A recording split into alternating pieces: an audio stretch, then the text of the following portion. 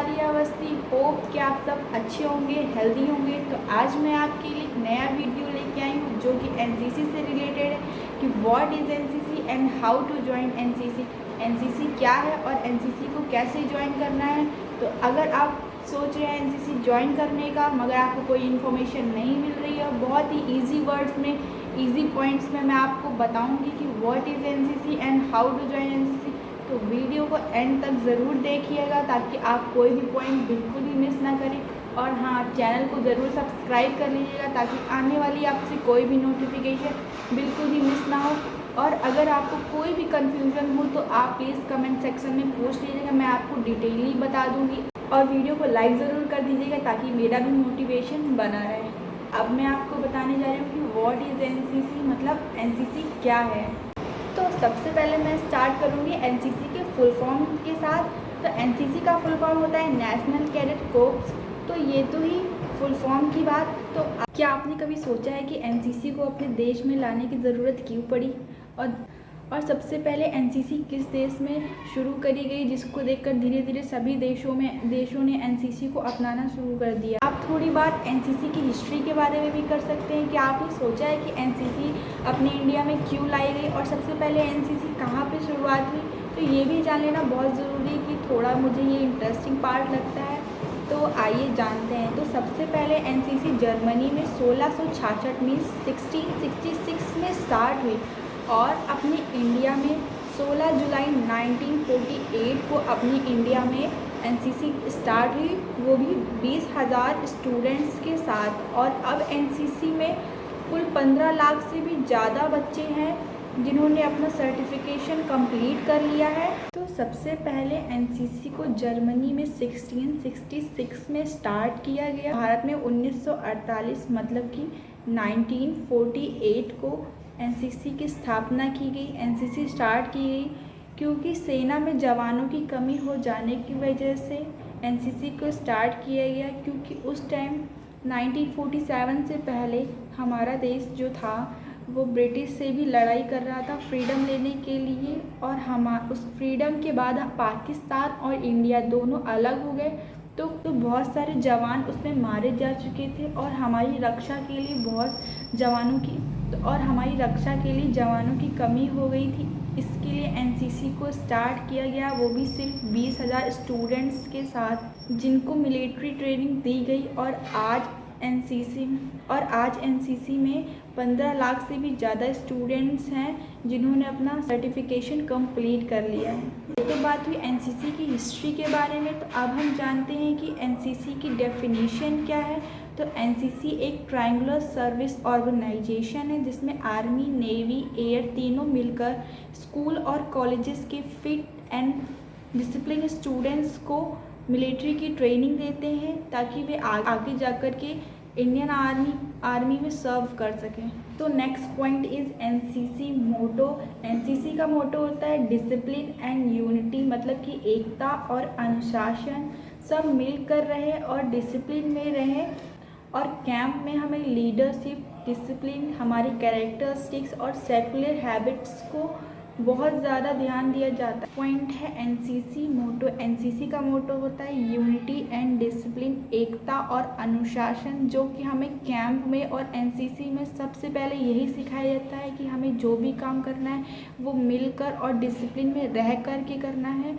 इसके अलावा हमें कैंप में लीडरशिप, सेकुलर हैबिट्स, कैरेक्टरिस्टिक्स और डिसिप्लिन, ये सारी चीज़ें बहुत ज़्यादा सिखाई जाती है जो कि हमें आगे जा कर के बहुत काम में आती है।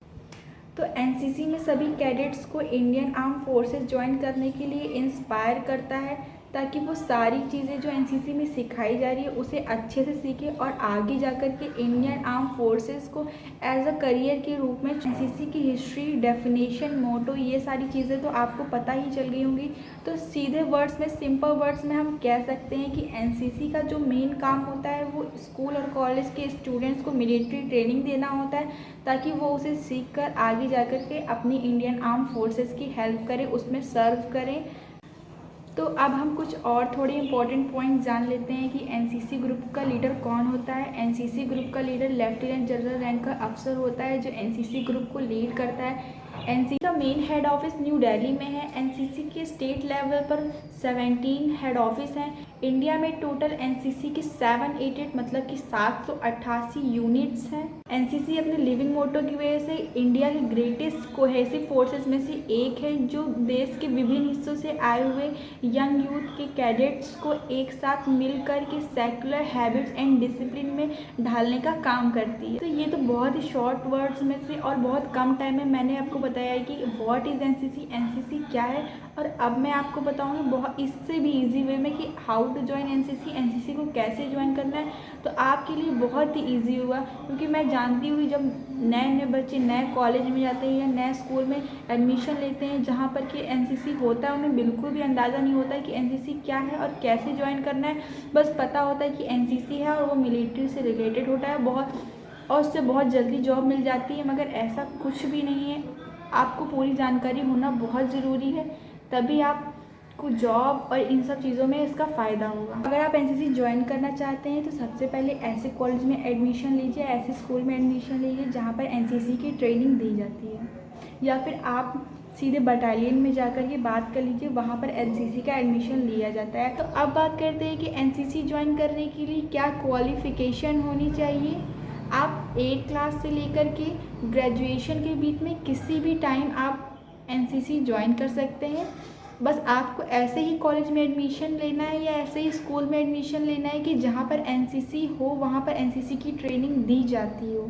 एनसीसी को 2 पार्ट्स में डिवाइड किया गया है, एक जूनियर विंग और एक सीनियर विंग। जूनियर विंग जो होता है वो 8th क्लास से लेकर के 10th क्लास के बच्चों के लिए होता है, और सीनियर विंग जो होता है वो 11th से लेकर के ग्रेजुएशन तक के कैडेट्स के लिए होता है।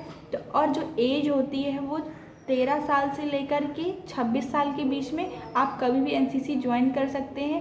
बस जो 13 साल से लेकर के 18 साल के बीच में होते हैं वो जूनियर विंग ज्वाइन कर सकते हैं, और सीनियर विंग के लिए 18 से लेकर के 26 साल के बीच में कभी भी आप सीनियर विंग ज्वाइन कर सकते हैं। तो अब बात करते हैं ट्रेनिंग पीरियड के बारे में। अगर आप जूनियर विंग में हैं तो आपको सिर्फ 2 साल देना पड़ेगा, जिसमें फर्स्ट ईयर आपको ट्रेनिंग और सेकेंड ईयर एक कैंप, और उसके बाद आपको एग्ज़ाम देना होगा जिसके लिए आपको ए सर्टिफिकेट दिया जाएगा। और सीनियर विंग में आपको 3 साल देनी पड़ेगी, जिसमें कि 1 साल आपको ट्रेनिंग दी जाएगी और 2 साल में आपको एक बी एग्ज़ाम देना पड़ेगा जिसमें कि एक कैंप देना पड़ेगा, और थर्ड ईयर में आपको फिर एक कैंप करना पड़ेगा और सी एग्ज़ाम देना पड़ेगा जिसमें कि आपको सी सर्टिफिकेट मिलेगा। और जो सबसे मेन होता है वो सी सर्टिफिकेट होता है, वो आगे जाकर के आप बहुत सारी जॉब्स में अप्लाई करेंगे, उसमें आपको बहुत सारे पॉइंट्स मिलेंगे, बहुत सारी छूट मिलेगी, जो बहुत ही बेनिफिट होता है सी सर्टिफिकेट। अगर आपको मेरा ये वीडियो अच्छा लगा हो तो प्लीज़ लाइक करिएगा, सब्सक्राइब करिएगा, और अगर आपको कोई भी पॉइंट समझ में नहीं आया हो तो आप कमेंट बॉक्स में आराम से पूछ लीजिएगा, मैं आपको पूरी डिटेल दे दूँगी। Thank you.